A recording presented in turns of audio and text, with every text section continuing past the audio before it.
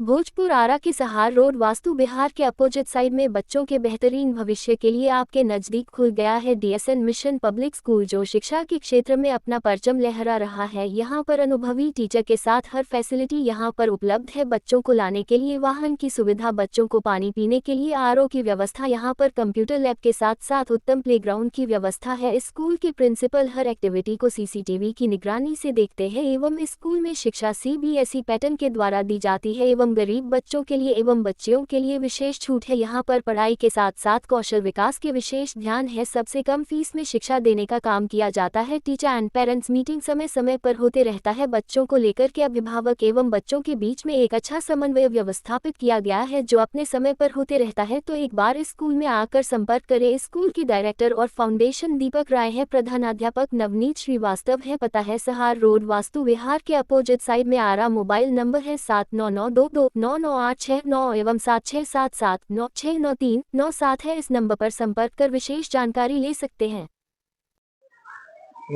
शिक्षा के साथ साथ में बच्चों को कंप्लीट स्किल डेवलपमेंट का सारा चीज प्रोवाइड किया जाता है, जैसे कि स्पोर्ट्स है, जहाँ तक कि फिजिकली और मेंटली के लिए डेवलपमेंट के लिए बहुत जरूरी है।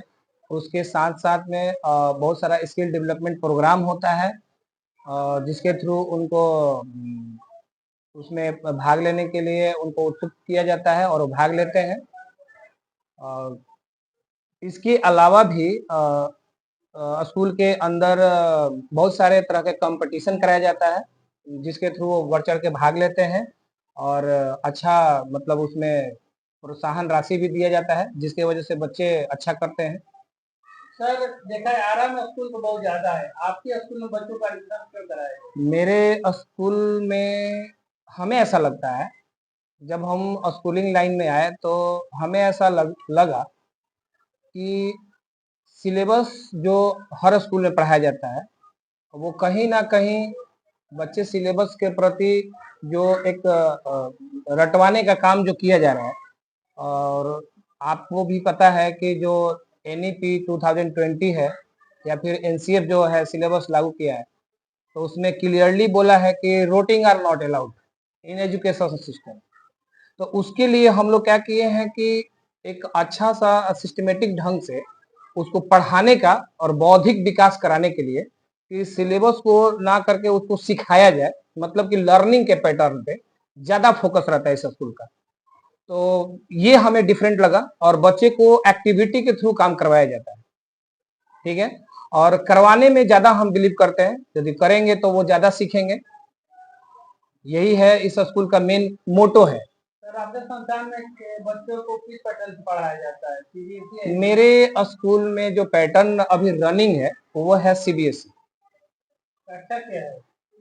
कक्षा है आपका प्ले से लेकर के क्लास 10 तक। अपने संस्थान की तरफ से आरा सहित पूरे क्षेत्रवासी को क्या अपील करना चाहेंगे? मैं यही अपील करना चाहूंगा कि आप लोग एक बार स्कूल में विजिट करें, स्कूल का इंफ्रास्ट्रक्चर देखें, स्कूल में आए, टीचर से मिले, स्कूल के जो पढ़ाने का जो तरीका है आप लोग एक बार समझने की कोशिश करें। और एडमिशन के पर्पज से यदि आए तो एडमिशन कराएं। और सबसे खास बात यह है कि हमारा स्कूल जो है वो उन पेरेंट्स को ज्यादा केयर करता है जो पेरेंट आर्थिक रूप से थोड़ा कमजोर है। उन पे हमारा स्कूल जो है वो कंप्लीट फोकस करके चलता है। अब हमारे यहाँ जो है री एडमिशन नहीं होता है। दूसरी बात यह है कि कोई एक्स्ट्रा चार्ज नहीं लगता है, और जो भी मतलब कि क्लास का ट्यूशन फी है वो बहुत नॉमिनल फी है, बहुत लोअर कॉस्ट में हम लोग मतलब कि पढ़ाते हैं। और जो टीचर है यहाँ का, जितने भी टीचर हैं वो ट्रेन टीचर हैं, चाहे वो डीएलएड हो चाहे वो बीएड हो। ऐसे नॉर्मल टीचर यहाँ पे बिलोंग्स नहीं कर रहे हैं। सर, देखा जाए आज के दिन में बहुत से देखा जाए री एडमिशन को लेकर के अभी फिलहाल में बवाल हुआ था, बिल्कुल उसको लेकर आपको क्या राय है? बिल्कुल री एडमिशन को लेके ये साफ एंड स्पष्ट है, ये क्लियर मैसेज है कि गार्जियन जब एक बार स्कूल में दाखिला बच्चे को दिलाते हैं तो उसके बाद री एडमिशन क्यों? ये तो गार्जियन का जायज बात है। अब स्कूल जो इसमें ले रहे हैं वो क्यों ले रहे हैं, वो गार्जियन को या तो प्रॉपर अपना डिटेल्स दें कि किस वजह से हम मतलब कि एडमिशन ले रहे हैं, री एडमिशन ले रहे हैं, या फिर एनुअल चार्ज जो हेवी अमाउंट में जोड़ रहे हैं वो उसके पीछे क्या लॉजिक है भाई? गार्जियन को समझाना पड़ेगा। हमें तो नहीं लगता है कि री एडमिशन का तो कोई मतलब बात ही नहीं है यहाँ पे। जब एक बार बच्चा एडमिशन ले लिया तो री एडमिशन कोई बात नहीं है। और जहां तक बात आती है एनुअल चार्ज का, तो उसका भी एक नॉमिनल फी होना चाहिए जो कि आपके स्कूल का जो फैसिलिटी प्रोवाइड करते हैं और जो गार्जियन देख रहे हैं उनके बच्चे को जो मिल रहा है, तो जाहिर सी बात है वहां पे पे करेंगे। लेकिन आप मान लीजिए कि एनुअल चार्ज के नाम पे 20,000, 15,000, 16,000, 10,000 लूट रहे हैं, ये तो हमारे देखने से अच्छा बात नहीं है। सर स्कूल में आपके साथ होटल की व्यवस्था है? अभी तो नहीं है फिलहाल, बट मैं अभी ऐसा फ्यूचर में सोचा हूं कि जिन बच्चे को ग्रामीण क्षेत्रों में उनको भेजने की सुविधा ना हो, तो ऐसे बच्चों को उठा के उनको प्रॉपर केयर करके और उनको शिक्षा दिया जाएगा। आपके फैसिलिटी क्या है आपके संस्थान में? फैसिलिटी क्या दे रहे हैं, वैन वगैरह सब?